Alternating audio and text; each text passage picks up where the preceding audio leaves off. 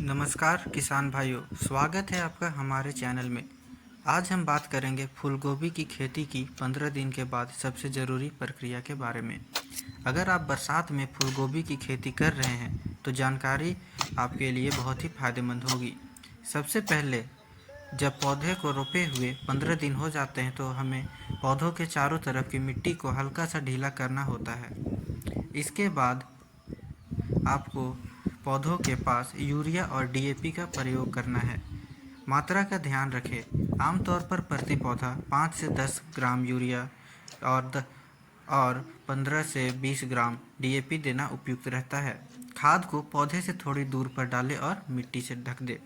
अब आती है तीसरी और सबसे ज़रूरी प्रक्रिया, मिट्टी चढ़ाना, यानी पौधे के पास मिट्टी जमा करके एक छोटी सी क्यारी बनाना। इससे पौधे मजबूत रहते हैं और तेज़ बारिश में गिरने या जड़ें बाहर आने की संभावना कम हो जाती है। साथ ही यह नमी को बनाए रखने और जड़ों को ऑक्सीजन देने में मदद करता है। इसमें ध्यान रखें कि खाद को पौधे से कम 2 से 3 इंच दूरी पर देना है।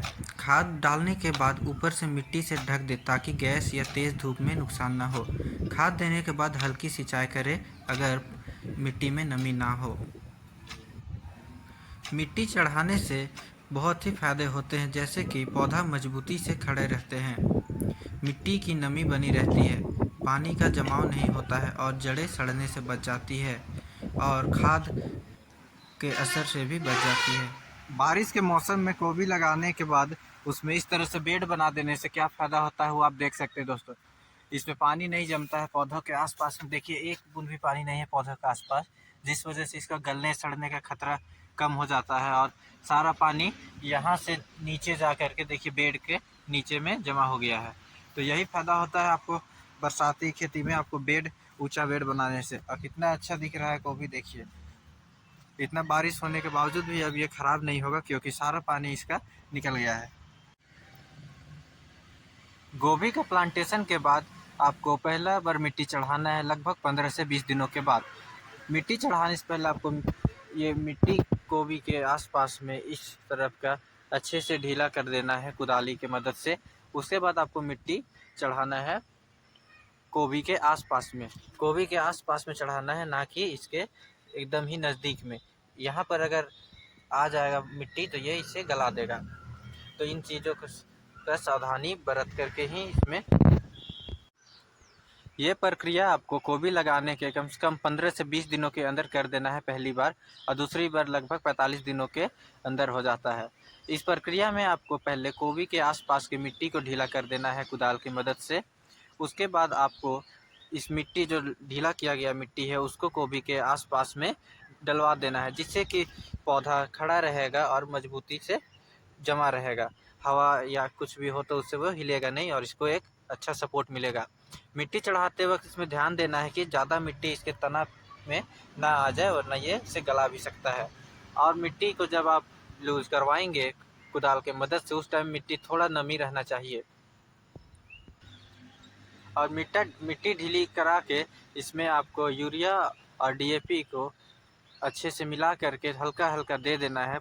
एकदम पौधे के नज़दीक में नहीं डालना है। जैसे कि पौधा यहाँ और यहाँ है तो इसके लगभग इस आसपास में थोड़ा सा दूर में देना है, लगभग इतने दूर में ये खींच लेगा धीरे धीरे करके, इसको एकदम ही नज़दीक में नहीं देना है। और मिट्टी ढीला कराने से फ़ायदा होता है कि इसमें ऑक्सीजन का फ्लो बढ़ता है और उससे मिट्टी और अच्छा गुणवत्ता होता है। ये प्रक्रिया 1 से 2 बार कर देने से फूल गोभी के गुणवत्ता और उत्पाद दोनों ही बहुत अच्छा होता है।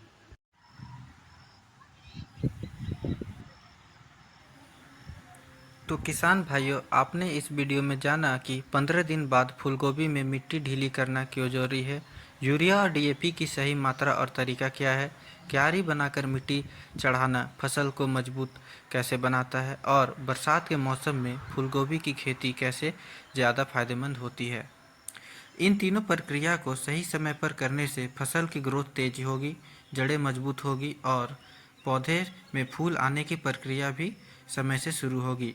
अगर आपको इन तकनीकों को अपनाते हैं तो निश्चित रूप से आपकी उपज बढ़ेगी और लागत कम होगी।